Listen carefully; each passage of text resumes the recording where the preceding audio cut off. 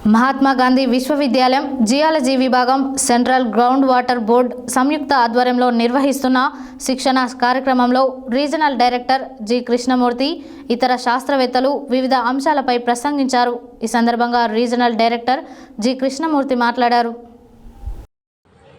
మహాత్మా గాంధీ విశ్వవిద్యాలయం జియాలజీ విభాగం central ground water board సంయుక్త ఆధ్వర్యంలో నిర్వహిస్తున్న శిక్షణ కార్యక్రమంలో రీజనల్ డైరెక్టర్ జి కృష్ణమూర్తి ఇతర శాస్త్రవేత్తలు వివిధ అంశాలపై ప్రసంగించారు.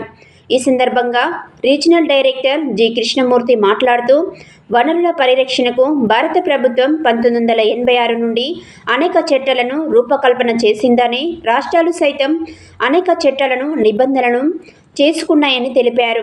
ఉమ్మడి ఆంధ్రప్రదేశ్లో వాల్టా చట్టం అందులో భాగమేనని గుర్తు చేశారు. వనరుల పరిరక్షణకు అనేక వ్యవస్థలను సైతం ప్రభుత్వం రూపకల్పన చేసిన విషయాన్ని గుర్తు చేశారు. భూగర్భ జలాలపై స్పృహ కలిగిన పౌర సమాజం చట్టాలపై అవగాహనతో క్రియాశీలక పాత్ర పోషించాల్సిన అవసరం ఉందన్నారు.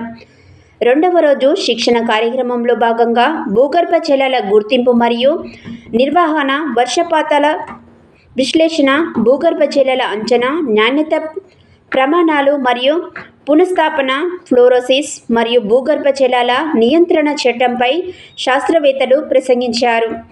దక్కన్ పీఠభూమి ప్రాంతంలో ప్రధాన భాగమైన తెలంగాణ రాష్ట్రంలో సహజ సిద్ధమైన సవాళ్లతో పాటు మహానగరం హైదరాబాద్ వంటి జనసంద్రత కలిగిన నగరాలు సహజ వనరులపై ఒత్తిడిని పెంచుతున్న విషయాన్ని గుర్తు చేశారు. వర్షపాతం సరళిలో సైతం తెలంగాణ వ్యాప్తంగా భిన్న పరిస్థితులు ఉన్నట్లు తెలిపారు.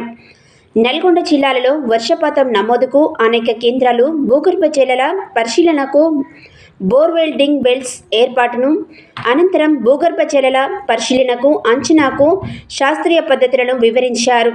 ఈ కార్యక్రమంలో శాస్త్రవేత్తలు విట్టల సుధీర్ కుమార్, యాదయ్య, రాణి, మోహంత, రేష్మ, రాఘవేంద్ర, గౌతమ్, జియాలజీ విభాగం అధ్యాపకులు మధుసూదన్ రెడ్డి, ఆంజనేయులు, ముత్యేందర్, సుధాకర్, వెంకటేష్ తదితర అధ్యాపకులు, విద్యార్థులు పాల్గొన్నారు.